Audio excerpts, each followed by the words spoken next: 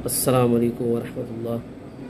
यकीनन अपने अहल व याल पर माल खर्च करना हर सरबराह की ज़िम्मेदारी है, और अगर ये माल अल्लाह से अजर व सवाब की नीयत के साथ ताना तशना देने के बग़ैर अहल व याल की फ़लाह बहबूद के लिए ख़र्च किया जाए अच्छे अजर की नीयत से, तो ये सदका बन जाता है। अबू मसूद अल बदरी रज़ियल्लाहु तआला अन्हु मरवी हैं, बयान करते हैं नबी रहमत सल्लल्लाहु अलैहि वसल्लम ने फरमाया, जो शख्स अल्लाह से अजर व सवाब की नीयत से अपने अहल व याल पर माल खर्च करता है तो उसका खर्च किया गया माल सदका बन जाता है।